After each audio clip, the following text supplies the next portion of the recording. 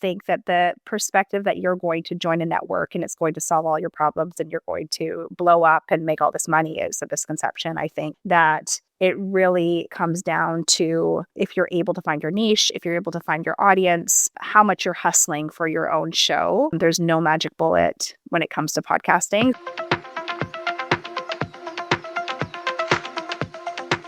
Can 1 million Instagram followers actually fill a podcast feed? And why would a digital agency that works with influencers be the first to tell you that number probably doesn't mean much? Which is why I want to sit down and talk with Nadine Robinson and Clio De La Llave, who 14 years ago started Booje Media, a digital agency catering towards all aspects of the digital realm, specifically working with brands and influencers in social media. Passion of podcasting led him to launch Podcast Nation in 2019, and the rest is history, as they worked on helping podcasters monetize, grow, and cater towards a female audience. I'm Greg Wasserman, host of Podcast Network Insights. I've spent 15 years in media and the last 5 years immersed in the world of podcasting. Along the way, I've built a lot of relationships and spent a lot of times with different kinds of podcasters, whether they're solo podcasters or, in the case of this show, the heads of podcast networks. If you've ever wondered whether joining a network makes sense or how these networks actually run, my goal is to give you that behind-the-scenes look and help you confidently navigate your next move. Whether you're a host, whether you produce, you're an advertiser and brand looking to get into podcasting, or you run a network. I want you to listen closely to this conversation with Nadine and Clio and how they've built their network, what they see makes them unique, and how owning your brand as a creator is incredibly important. Grab something to take notes, and let's jump into this conversation. All right, well, the show is called Podcast Network Insights. And the big question is what's a network? What's a podcast? So for the two of you, when I say podcast networks, what comes to mind? So I think, so in terms of a network, I think it's really thinking of it as a symbiotic relationship where there's a creator that has podcasts. And it's not only, I think a lot of people think of a network as just monetization, but it's really adding support in all the different elements, whether it's production, marketing, growth. So it's really, as a network, we like to provide as much support that our hosts need in order for them to be successful. Anything we want to add, Nadine? Yeah, just to add to that, I think ideally, and this isn't always the case, but ideally a network is supportive amongst the shows within that network, not just with the company itself, but to create that network effect amongst the shows with similar audiences and similar missions with their shows. So how has, I guess, if we look at where your business started, as an agency, then launched Pod Nation a number of years afterwards, and where the industry is going now, where do you see, networks and the function of a network evolving? Yeah, I think for us, we're still focused on the creator side of podcasting, which isn't necessarily obviously every podcast company or podcast network out there. But because we come from working with talent in various ways before we got into the podcast space, I think that's our strength, and really leaning into how do we support creators in the way that they really need to be supported to build their own personal brands and businesses. And I think we think of it maybe from a different perspective than some other networks out there, just coming from kind of the social agency space. Yeah. And I also think one thing is it's really interesting seeing how much, I think, especially with video recently, it's changing the landscape so much. And, even us as networks, we're having a bit of a hard time keeping up with okay, there's all these new platforms and how does it get distributed properly and through what distribution platforms. And I think that as a network, it's our job to make sure that we stay on top of all of these trends so that we can then pass that on to our hosts so that they can really focus on creating their podcast, because there's already so much that goes into it. So really trying to stay on top of all of those industry trends for our hosts, for our creators. I mean, it's a key piece. Let's go, since we've talked about it, you guys have been working together for 18 years. So Yes. it's wild when we think about that. Oh, wow. I had to do the math on that. Yeah, that's crazy. But you talked about, the original Booje Media and where you've started from a creator and how media has changed and evolved. Give us a little understanding of like where your company was, how Podcast Nation came about, and where the intersection of those is helping now creators and thinking about it from what you guys originally did with social.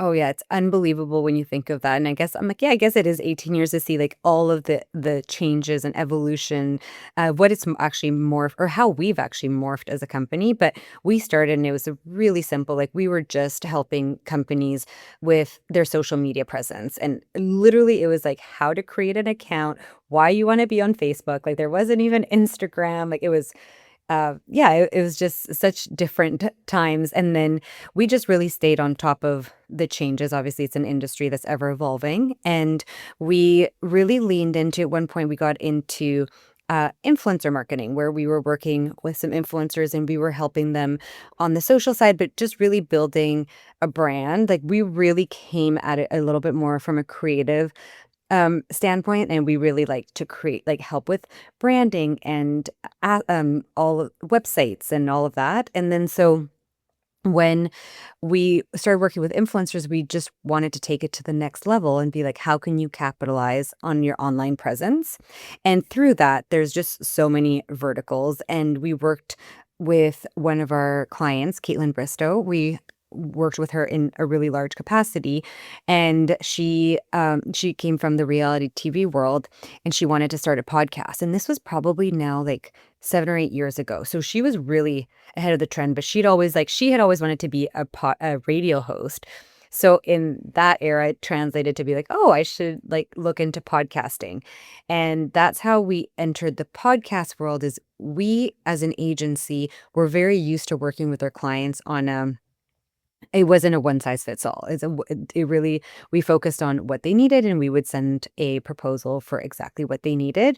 So when we were shopping for a network for her, it was just interesting to see how different it was. It was, it's kind of like, this is how we work, like take it or leave it. And so Nadine and I saw an opportunity to be like, hey, there might actually be something here where there could be a different way of doing things. And, Nadine being a podcast lover was all for it. So that's kind of the evolution. It's hard to summarize in 18 years Yeah. in like 2 minutes. Yeah. I hope I did a good job. I don't know if there's anything else there, Nadine. Well, I think just to add to that, I think we saw the uh, the power, I guess, of the audio audience and the long form content that podcasts provided, creating such a strong community far beyond what you can create, say, just on short Instagram clips. I mean, at that point, it was probably just Instagram posts. I don't even know if Instagram had video at that time.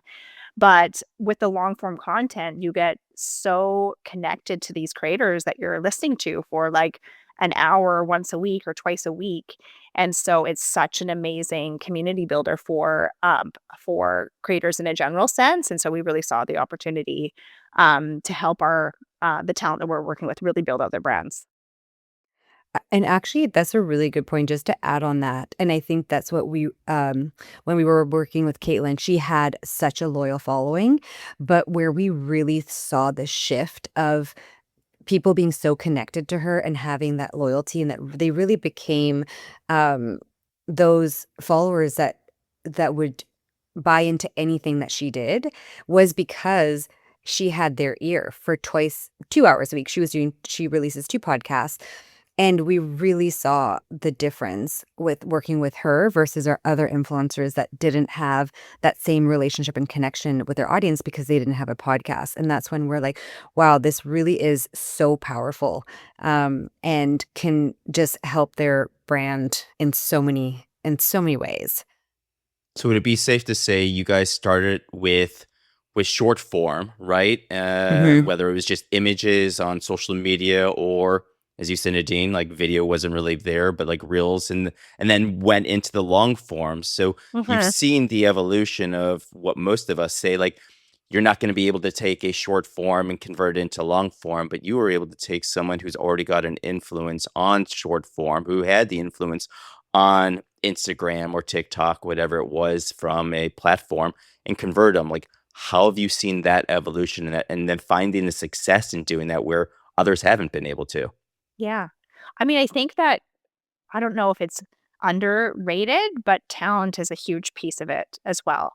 I think not every creator is the right person to have a long form show. Some creators are absolutely incredible at short form, but the idea of them getting on a mic and talking for an hour straight is maybe not an idea of a good time. Maybe they don't like it. Maybe it's not their thing. So I think that it really comes down to the specific creator of whether they have a niche and a message and a voice that people want to hear week after week. And it's like no shame if that's not the type of creator you are, but I think you have to be, like, really honest with yourself. Also, if you want to do the work too. It Podcasts are an incredible amount of work, and I think they seem maybe simple from the outside, but there's so much that goes into them, and if you're not excited to do that work, the project will probably not go to where you want it to go.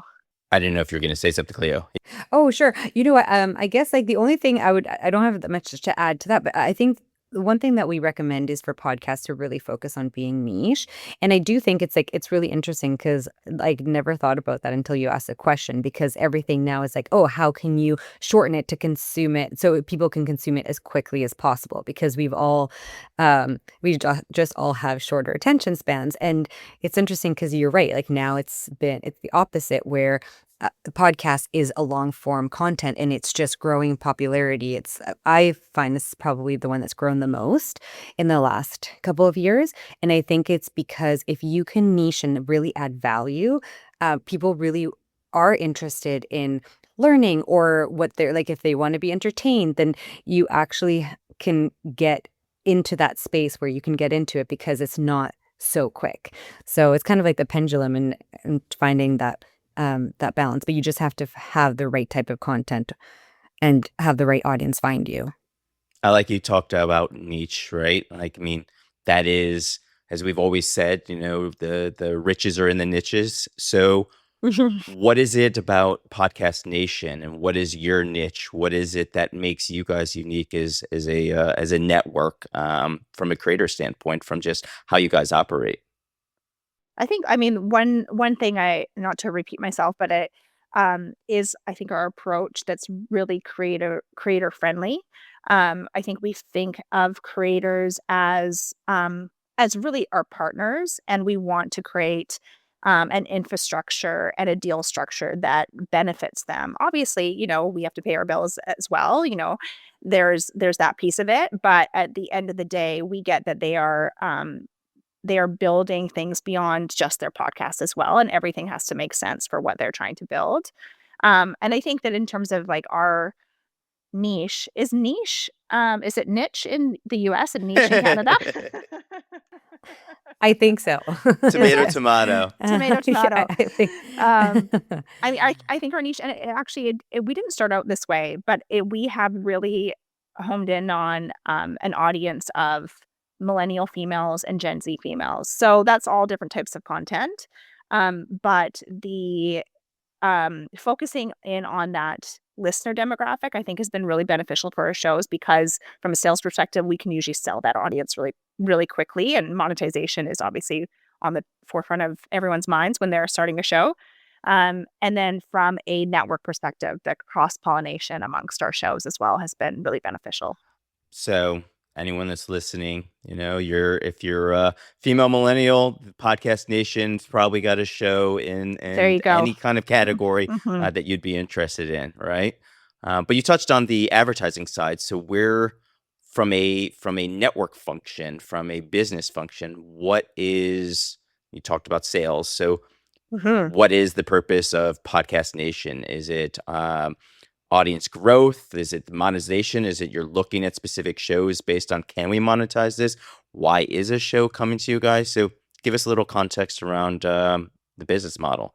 Yeah, so we work really really customized with every show that we bring on the network, meaning we can do everything from full audio production, video production, social media content, guest booking, show development, podcast growth, and monetization, obviously. But some shows we work with just on monetization. Some it's like kind of like a little bit of a few of those potential services. So it's really what we really try to do is create um, a custom package that suits the show's needs. So you know, some shows like to edit. Some podcast hosts like to edit their own show. It's not typical, but some like to do that. So, they can keep that on their plate if that's what makes sense for their show. And we come in and we kind of fill the gaps of what's needed.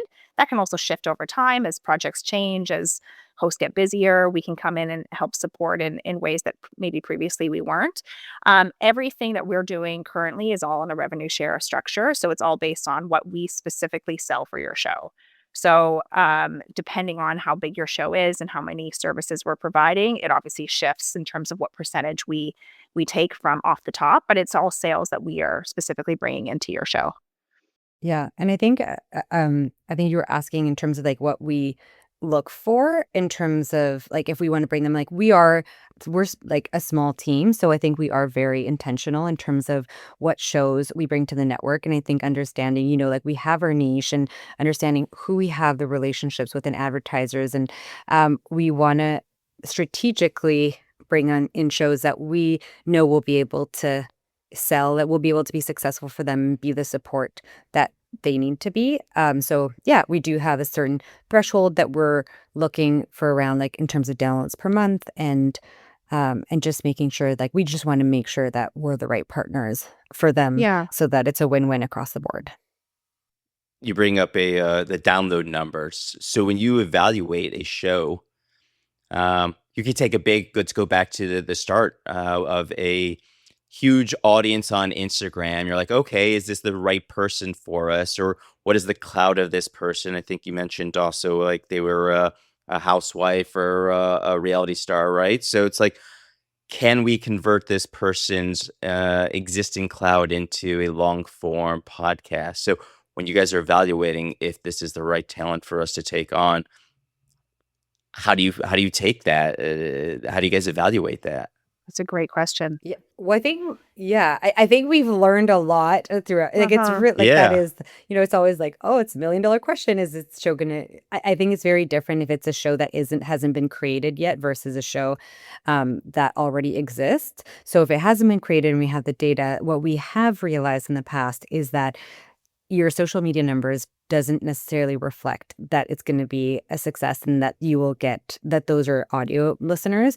So I think it's, like, really evaluating the concept, and hopefully we do really try to recommend that they launch their show and see where it lands. And I think we're starting to get a bit of a good idea in terms of, like, where there's still like, appetite for that type of content on via podcast format, but it's so hard to know Yeah. until it launches.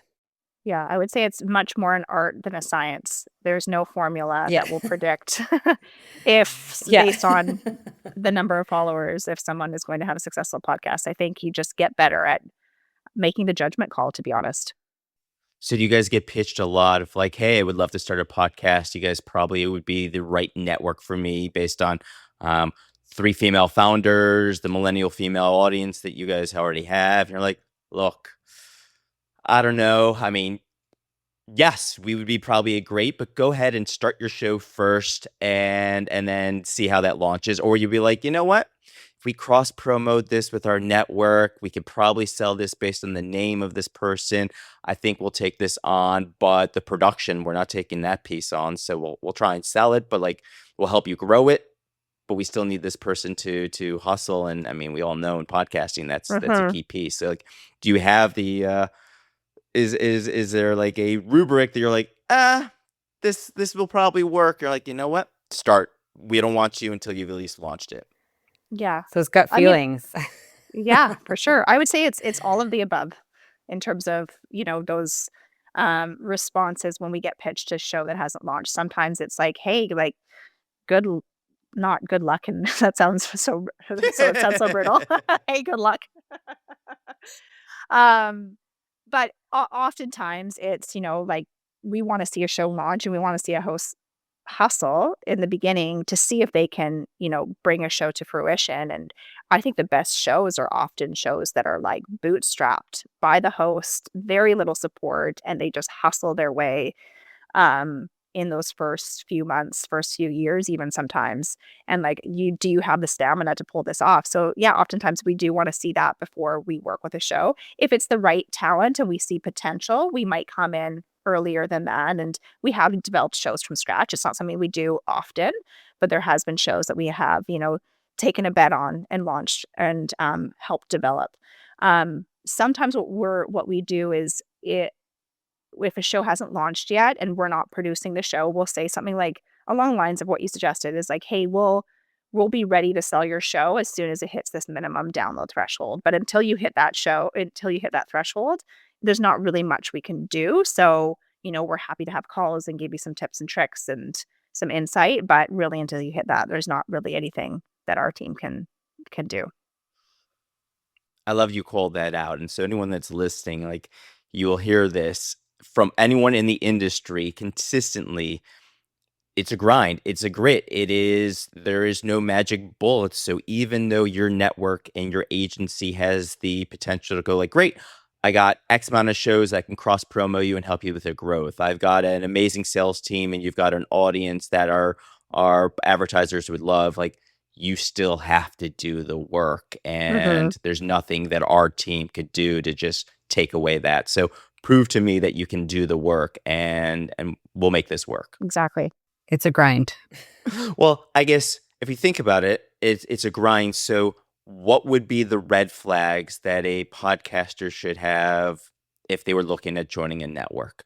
What are the questions that they should be asking? Is this the right network for me? Are you the right place? Should I even join a network? Like that's part of the reason why I started this podcast is I see how many podcasters think the magic bullet is if I join a network, they'll cross pro me and I'll grow. They'll be the sales team and they'll sell for me and things will then quote unquote be easier. But in reality, you're always grinding. So what are the red flags that you guys tend to see or think about when evaluating or letting someone in the podcast space know? Do you mean if like what I would suggest podcasters look out for if they're joining a Yeah. network, like Yeah. what questions they should ask? I mean, I think that really read, if you're looking at a contract, really read it. Be really sure of like what you are signing. I don't suggest giving away if you're creating something from scratch and if you have a partner that's creating something with you, maybe it's a different story. But if you are doing the hustling and the creation of the show, don't give away your IP. It should be yours.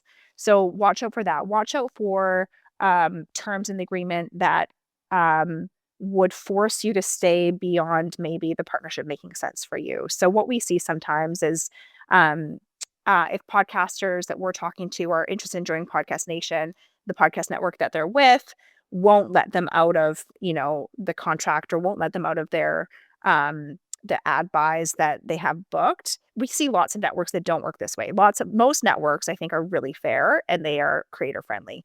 But we do see some that are just a little bit more ironclad than I think is fair to the creator. If the network that they're with is not the right fit for them, there should be a way that they can respectfully move on to something that makes more sense for them. So really, really read that contract. I think transparency is really important. What we try to do is show there's nothing hidden in terms of our fees, what we sell ads for, if we've collected on that ads, if you've been paid for those ads. I would really push for financial transparency just because, and it is like administratively, it's hard for networks to do, right? Like booking and billing ads is a really kind of nitpicky thing, but I think podcasters deserve that transparency. So I'd ask for that. That's a great one. I had that Yeah. question all about transparency and Yeah. how that works because, yeah, you're right. Not every network, but the topic of if you're with me at a network and I've sold your ads and you're like, you know what, I'm going to leave you and go join, Podcast Nation. That Mhm. becomes a tricky part, right? It's like, hold on, I've already sold these ads, so no, you can't leave until these run or we collect on it, or it makes us look bad if we go back to the advertiser and say, sorry, we lost the show, right? So there's Yeah. that hustle. Yeah, I mean, I do get that, but I also think the advertisers are used to it. They're used to canceling ads and rebooking ads, and I think as networks, we have to also be respectful to if we're not the right fit for a show, then and we are at Podcast Nation, we hustle on behalf of our shows, but that doesn't mean that every show that we're the best fit for them, right? So if a podcast for whatever reason is a better fit for another network, there should be, obviously you don't want to like burn bridges and like leave without any notice or anything like that. But I also think that there should be a way to for podcasters to have control over their own business. I like that. Yeah. Yeah. And actually, I think that's an interesting piece, and it goes with like content creators in general, is that it is your business. And I think it's, a lot of times I think people are like, oh, I'm a content creator. So they're a little bit, they feel like they can be a little bit more shielded in terms of what goes behind the scenes, what goes on behind the scenes. But I do think it's important for them to understand all of these points when they're signing a contract and knowing what they're signing, and really asking for transparency so that you can look at the numbers, you can look at the data. Like as a business owner, you should be doing that. Like you should be looking and seeing like what's working, what's not, like where there's revenue dips or growth. And it's nice to have a partner that can have the transparency and that can walk you through it if needed too. So on the flip side, why do you see podcasters leave potentially your network if you guys ever see anyone? Is it they've decided they want to go independent? Is it Mhm. they've been with you guys for 3 years, they're like, all right, I'm gonna go see what else is out there and try my hand at another opportunity? What is the reason why podcasters tend to leave a network? Yeah. I mean, for us, we've been pretty lucky. We have a really good team that I think takes really good care of our shows. But sometimes it's just been that they don't want to podcast anymore. They're tired and they don't want to they don't want to do their show anymore. So they're really just like taking a break from as we talked about, it's a grind. It's a ton of work. So sometimes that's the case. Sometimes, like we are a small boutique network, and sometimes like a massive MG will be offered from a big. We can't compete with like a Sirius XM. We're a very different model than them. So it depends on what a podcaster's looking for. That might be something that's very attractive to them to go to like one of the big shops that can provide that guarantee that we don't typically work in that structure. It's a good one. If we Hmm. bring up the big shops, what Yeah. separates, the boutique side of a podcast nation? And I mean, that's the reason why I started this is everyone's like, I want to go join iHeart. I'm like, do you understand what that logo on gets you versus what it doesn't get you? So Yeah. talk to our listeners and understand like why would I go podcast nation versus going with a Sirius or an iHeart? Yeah, I think it really depends on, yeah, like what I think is understanding what you need in terms of like when you're picking a network. And I think it's like everything like boutique versus large is you'll probably be a little bit more lost in the shuffle if you're going with a big network. Like that's just the reality of it. Like they have so many shows, so many, yeah, shows that they need to service. And so if you're wanting, like if you feel like you have everything down, like you got production and distribution and marketing, and you're like, I just want to partner with a network for maybe more visibility and for the association, that could be the right fit. But if you're looking for maybe more support, or you're wanting to have more of those personal touch bases on a more regular basis, then a boutique network might make more sense for you.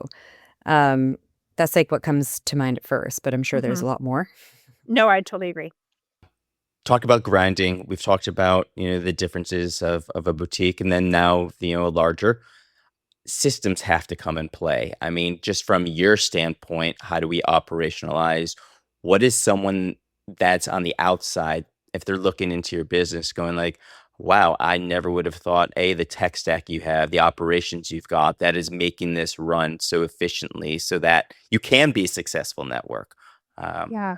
It is a constant, I wouldn't say struggle, but it's a constant analyzation by our team of like what's working, what's not working. And as we've grown, we've had to change. Like when we first started Podcast Nation, we just had Google spreadsheets pretty much for everything.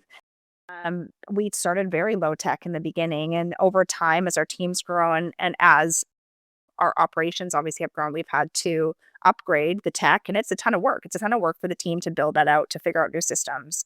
We use Monday.com for a lot of our work management and our CRM. We also have like portals basically that our shows can see their show view of like the ads booked. They can submit their audio. So that's been a great platform for us. But it's also, we're a small company. It's been a ton of work to get that set up and running and functioning the way that we need it to. And it is still changing all the time too. We're constantly working um and working to improve the systems for our team internally, but also for our clients so that everything is really easily accessible for them. But we still also do, like, we text with our hosts all the time too. So we're very hands-on, and we like to have that personal touch point with our hosts as opposed to everything being kind of like behind really integrated technology. I don't know if you're going to say something, I'm Cleo. not. I Yeah. am Yeah. no. I'm not a systems girl. That's Nadine. That's all. Yeah. I still struggle Yeah. to figure out how to work our Yeah. systems. So nothing to add. Oh, yes, that's a good one. I mean, anyone that's not familiar with you, there's three. It's an agency run by three females right now, which is incredible. But how do you guys? Yeah. We're actually Oh, just there's two. two. Okay. They're just the two of us. Yeah. The two of us. Oh, I thought Libby. My bad. Oh no, that's Oh okay. no, that's okay. I mean, Yeah, Libby is she's a great awesome. team She's member. a big part of the team. Yeah. All right, so it's the two of you. So how do you Mhm. guys then balance each other? Because I look at other networks that are just run by one person, and then others that are run by two. So what would you say for anyone that is running a network, the value of having, the collaboration that you guys have had over 18 years? So I get there's truth to that. But I also know many networks that started only a couple years ago, and it was a production company that joined up with another side of the business. Like, all right, well, you do the production and you do the ad sales, so we'll combine forces and we'll tackle that. But like that doesn't always work as well. So, For sure. how have you guys figured out splitting it so that the agency does operate as best as it can? Well, I would say in general, it's just like I think for any business, if you find the right business partner, I think it's just the best because it can get so lonely or intimidating, or you go through ups and downs, and I think it's just so I love it way better. Obviously, you need to find the right partner. And then what's really nice, and Nadine and I have always said that we always want to work together. We just have very different skill sets. So we really lean into what we are better at. And I think it's an interesting um case here because when we started as a digital marketing agency, then more of a talent agency, and then we started the podcast space. So we kind of divided and conquered a bit in terms of the like I took on more of Booje Media and our talent and partnerships, and Nadine really focused on growing Podcast Nation. And then within that, we have crossover in terms of like I'm saying, like systems and contracts and all that. Like Nadine is involved in that overall. And then in terms of like the podcast phase, anything that's more creative or growth or talent Yeah. management, Marketing. then I can marketing. So then I jump in there. So it's really, I think like it's really weird because I've had this question before and it doesn't even seem like it's something that we need to talk about. It's just almost like we just know. Like We just know our it lane. just falls so easily. Yeah, we know our lane. So from that standpoint, how you guys started and then where we are now, I mean, advertising and ad sales is a completely different beast than an agency model. So what have you seen? And once again, you've talked about minimum guarantees, but we also talked about minimum downloads. Anyone podcasting is like, how do I make money in podcasting? And it comes down to ads. My background's in media sales, so I get it. What have you seen over the Booje Media side of running an agency to now Podcast Nation, and what ad sales and and then we add in video and in social and being able to take this long form. So how do you guys figure out packaging of media for the creators, working with brands? Um, Give us a little more context on what you guys Yeah. have from there. It's a good question. It's ever changing, isn't it?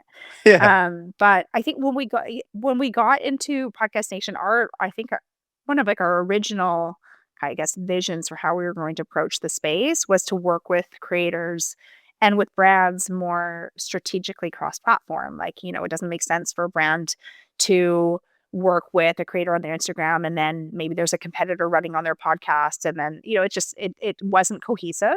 And I would say that was, we noticed that right away, of course, but the industry itself has taken so long to catch up with that. Like, there's the audio agencies and then there's the social digital agencies, and they don't speak to each other. They're often even one brand will hire different agencies for different platforms. They have no idea what each other is doing. They have no idea how to sell the other piece of it.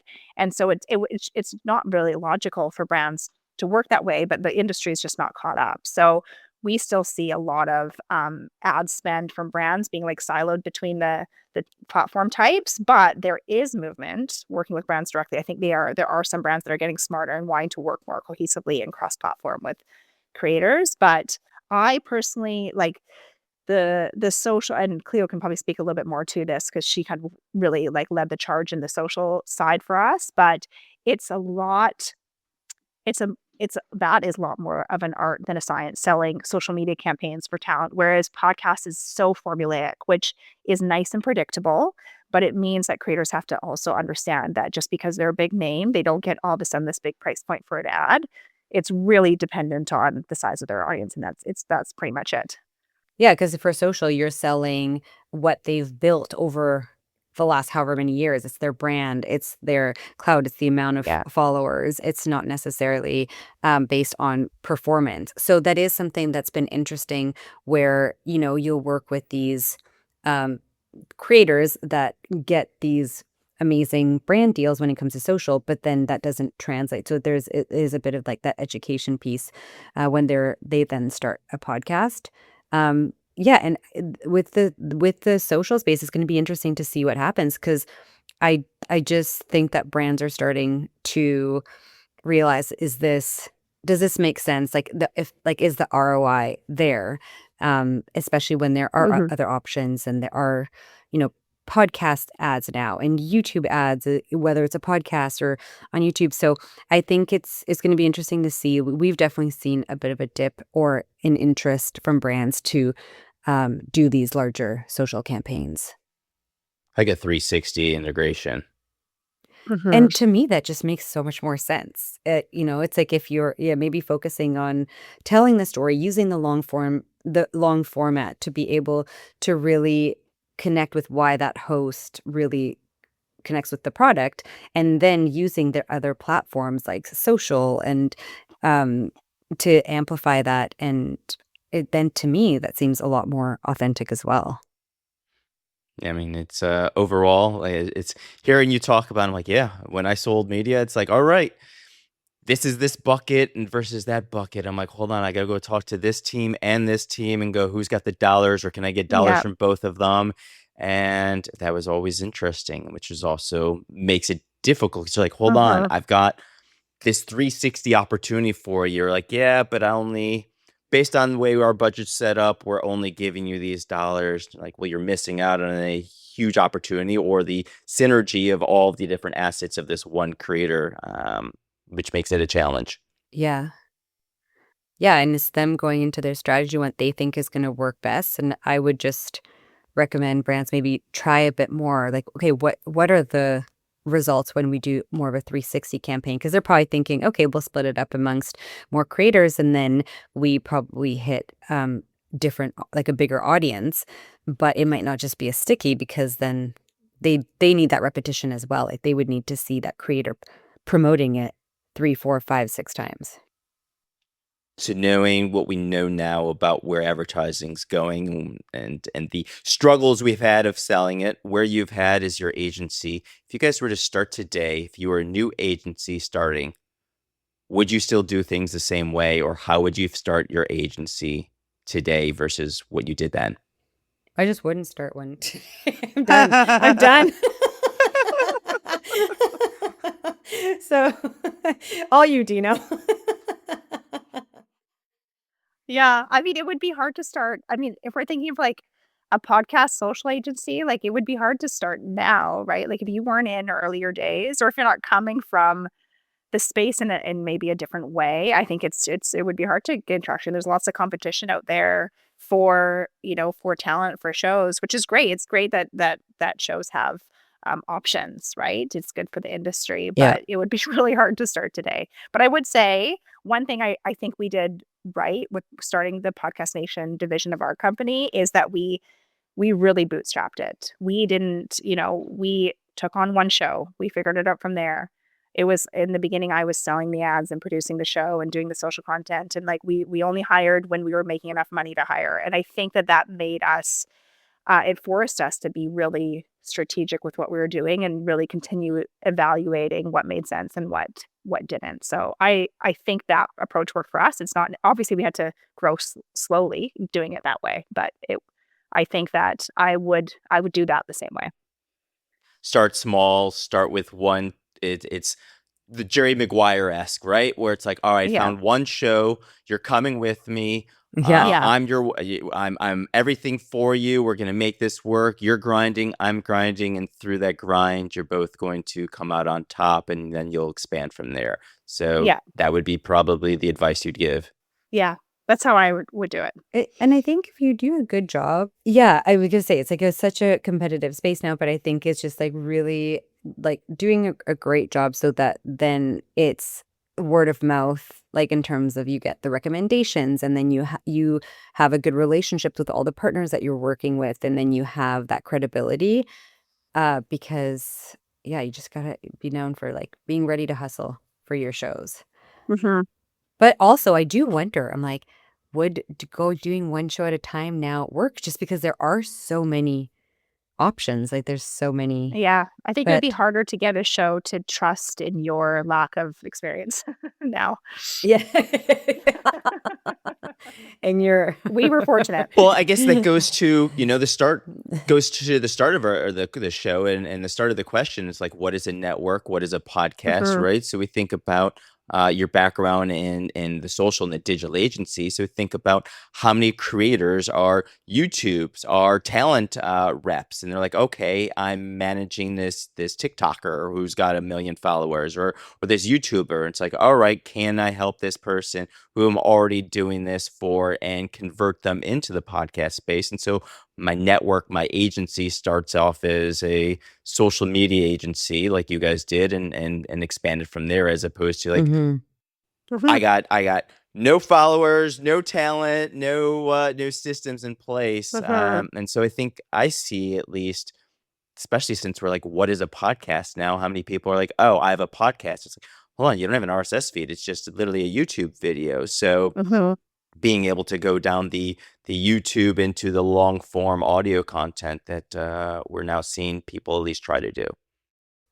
Yeah, it's interesting that with well, it's just going to be really interesting to see the share that YouTube takes, like in terms of, because we talk about it a lot with YouTube. It's more of a discoverability tool, and then you're getting a bit of a different audience, and but it's interesting because for me, obviously, there's the audio version, there's the video, but I still see it very differently, and I think it's probably more of like the just because 'cause I'm older, but I'm like, for me, podcasts, I listen to it. Like, Right. obviously, like we have so many shows and have a video and stuff, but I just haven't converted to watching videos. So I think that's a case in point, is that it just really opens up your audience, probably a younger demographic. Um, but yeah, some YouTube shows don't have an RSS feed, and they're just doing a YouTube format that they're just uploading on YouTube. Yeah. Um, I want to, since I'm a partnership person, you talked about partnerships.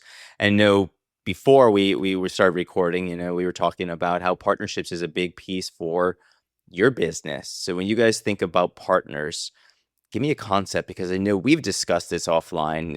Your partners of, whether it's CAA and an agency of that regards, you look at it as partners of some of other networks are your partners. Mhm. So from a concept of how you guys and how your unique approach to partnership, um, give me a little concept, or give us all a little concept of that.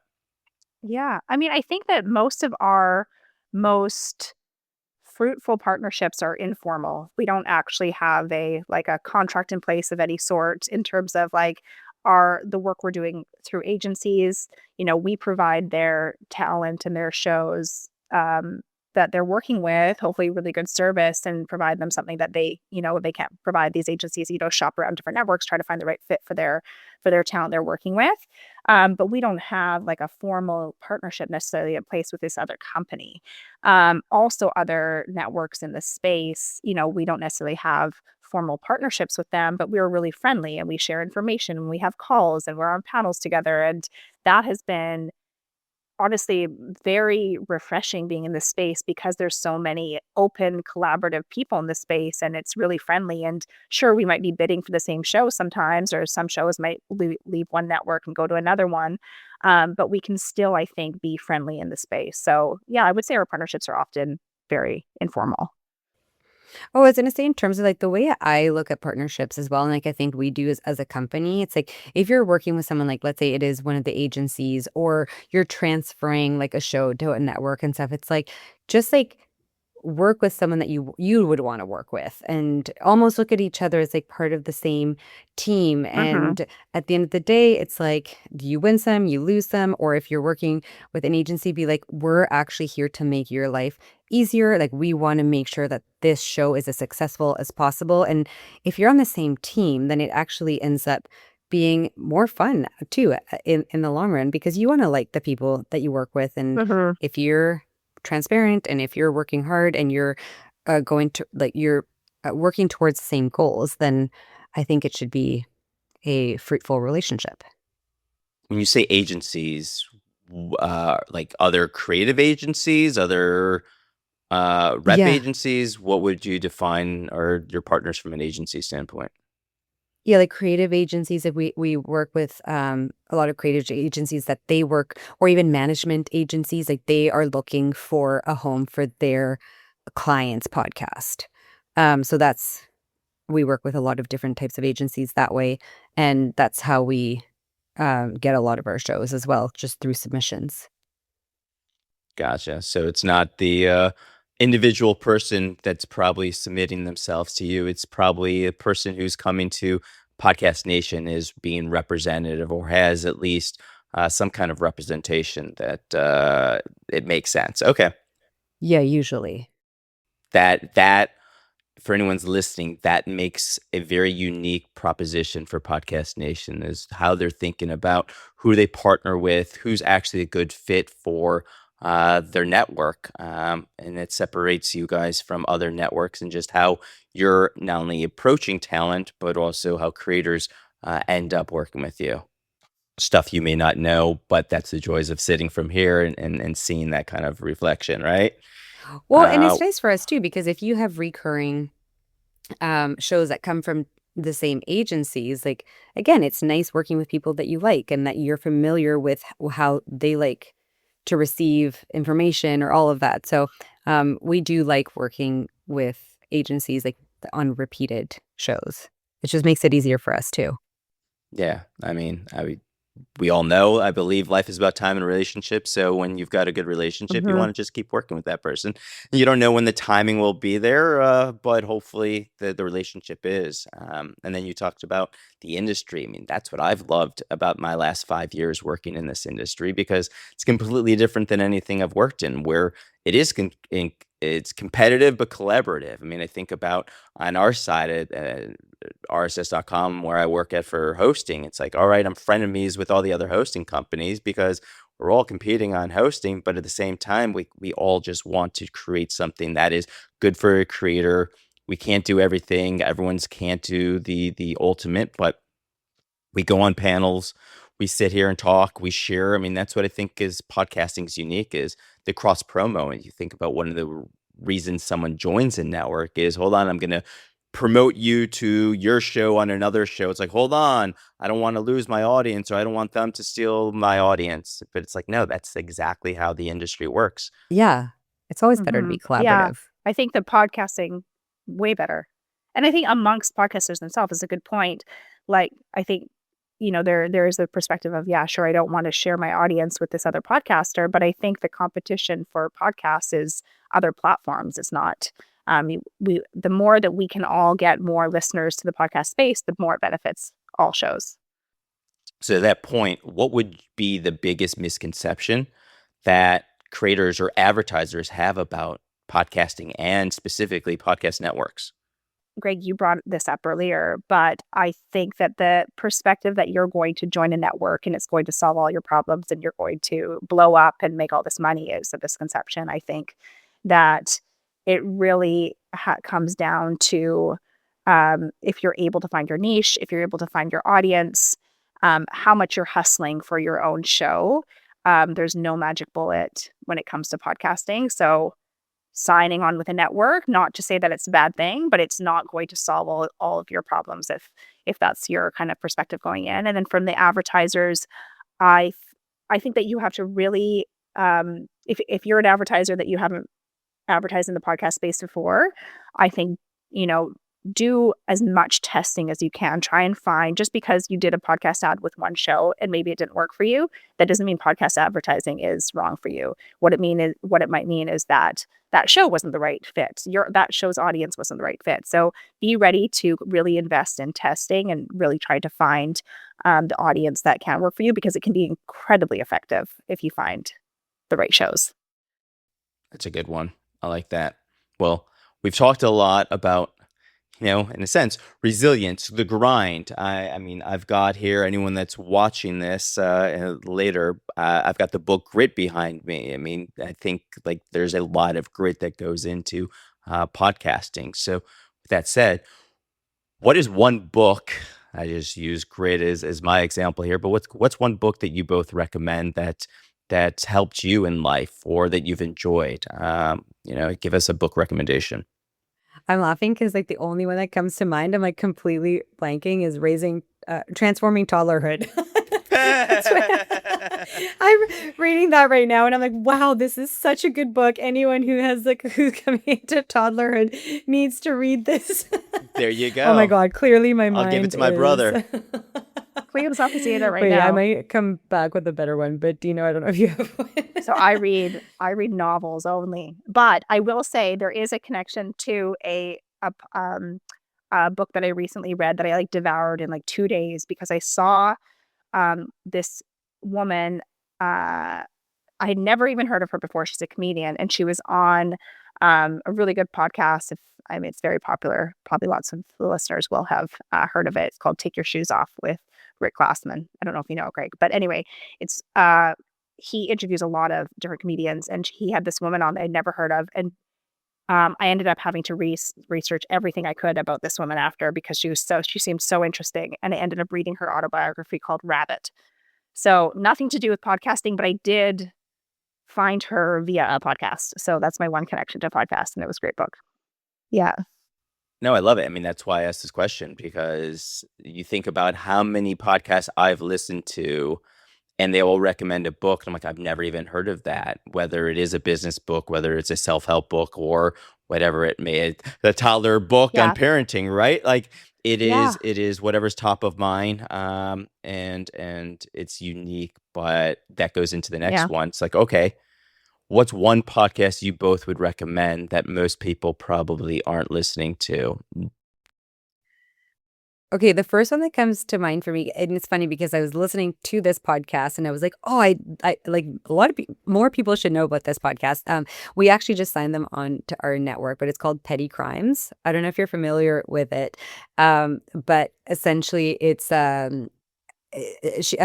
Kira Jane O'Sullivan. She's an SNL writer, and then her best friend is a retired model, Griff Stark Ennis, and they just investigate. It's a comedy podcast, but they investigate real life interpersonal drama.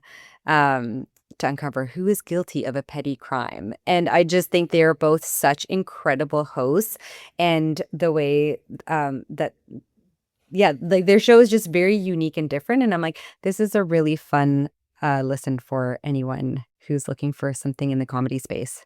What about you, Nadine? They're so good. They are so good. You know what? The first thing that comes to mind is a very famous podcast. So it's probably not answering this question the way that you wanted. But it was I would say it was the podcast. If anyone's new to the industry and wasn't maybe a podcast listener back in like the early heydays of podcasting, I would go back and listen to S Town, because I think it's an absolute work of art. And I think I've told Cleo this story before, but I was listening to S Town when I decided I need to work in podcasting. Like, this is it. I think it's just an absolute incredible show.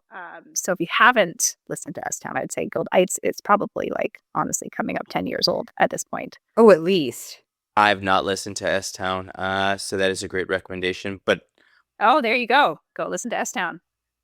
that is great to know. Like, all right, that's what got you into podcasting. That's what ultimately fueled Podcast Nation, if we think about it that way. Yeah, because it was one of the first podcasts that I listened to because you recommended it. It was Serial and then S Town. And I was like, oh, it's been at least 10 years. But I'm like, no, it's crazy. Like, it really hasn't been that long. Like, we've been in the social space for that long. But yeah, it's probably the first podcast I listened to was probably about 8 or 9 years ago. It was like a year or two before we started Podcast Nation, which is crazy. And this just goes, if we think about quote unquote evergreen content, you're recommending a show that's 10 years old and saying like, look, it still holds up. Go listen to it. So if we've got 400,000 active podcasts, millions of podcasts that have been out there, there's so much content that no one's saying, you know what, I can't go back and watch a movie that came out 20 years ago because there's a new movie out there. It's like, no, good content still is good content, which is why every Monday I do podcasts that I think people should listen to is on a LinkedIn post because discovery is so hard. I think that is the biggest issue most of us still have of how do we discover new content, which is another reason why there's a networks effect where it's like, great, if you like this one show, how do we cross promo our other podcasts? But thanks for those two recommendations. I guess as we sit here and start to wrap up, is there anything else that we have not covered that you guys would want, whether it's a podcaster, another network, or an advertiser that would be listening to us to know? Nothing comes to mind, Greg. You were very thorough. Yes, I was going to say we covered a lot. You did great. I mean, the core is I think about how many networks are out there, and I just learned an interesting stat. So I'm like, all right, I've got 100 on my list, but there's 400 that another person has their list. I'm like, all right, there's all operating very different, very unique. What makes Podcast Nation different than some of the other guests that are going to be on this show? And I think that's what I love about podcasting is that you can run your business very different. There's no one size fits all. As you said, you want to do work with people that you enjoy working with. So someone may not want to join your network. It's like, I don't like these girls. I want to go somewhere else. Like, who knows? But that's what's so unique about our space. So I appreciate both of your time coming here, sharing some information with myself and anyone that turns into to listening. But at the end of the day, there's a business opportunity out there. There's a growth in podcasting, and Podcast Nation is at the forefront of doing this. So thank you guys both. Thank you for having us. Oh, well, thanks for having us, Greg. This was fun. Good first meeting of the day.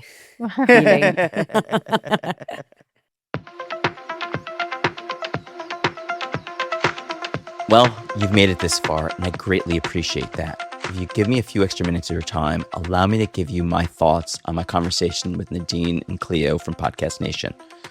First, as I said at the beginning, you might have a large audience in social media, but that might not be a reason to start a podcast and definitely not expect results right away. No matter what, and you'll hear this from a lot of network operators, and I even talked about it on our conversation, there's a lot of hard work, grit, and effort that needs to be made. There is no magic bullet. With the type of talent and shows that Podcast Nation creates or represents, these are personalities who know how to put in the work, and that's why they've been successful, not just in their day jobs, but in launching and creating podcasts. Second thing, good networks should be creator-friendly and transparent. They've warned podcasters to read contracts, carefully keep control of their IP, avoid being trapped in unfair terms, and demand financial transparency around fees, ad sales, and payments. Third thing, networks also now need to stay ahead of changing platforms, video trends, so creators can focus on making the show.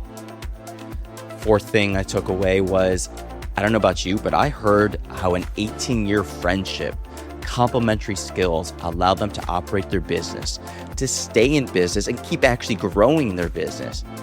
Many don't get that lucky, so it's very fortunate that they've been able to do this together. As always, I want to thank those that help make this show possible. The show's hosted at rss.com, the podcast hosting platform where I'm the head of relationships.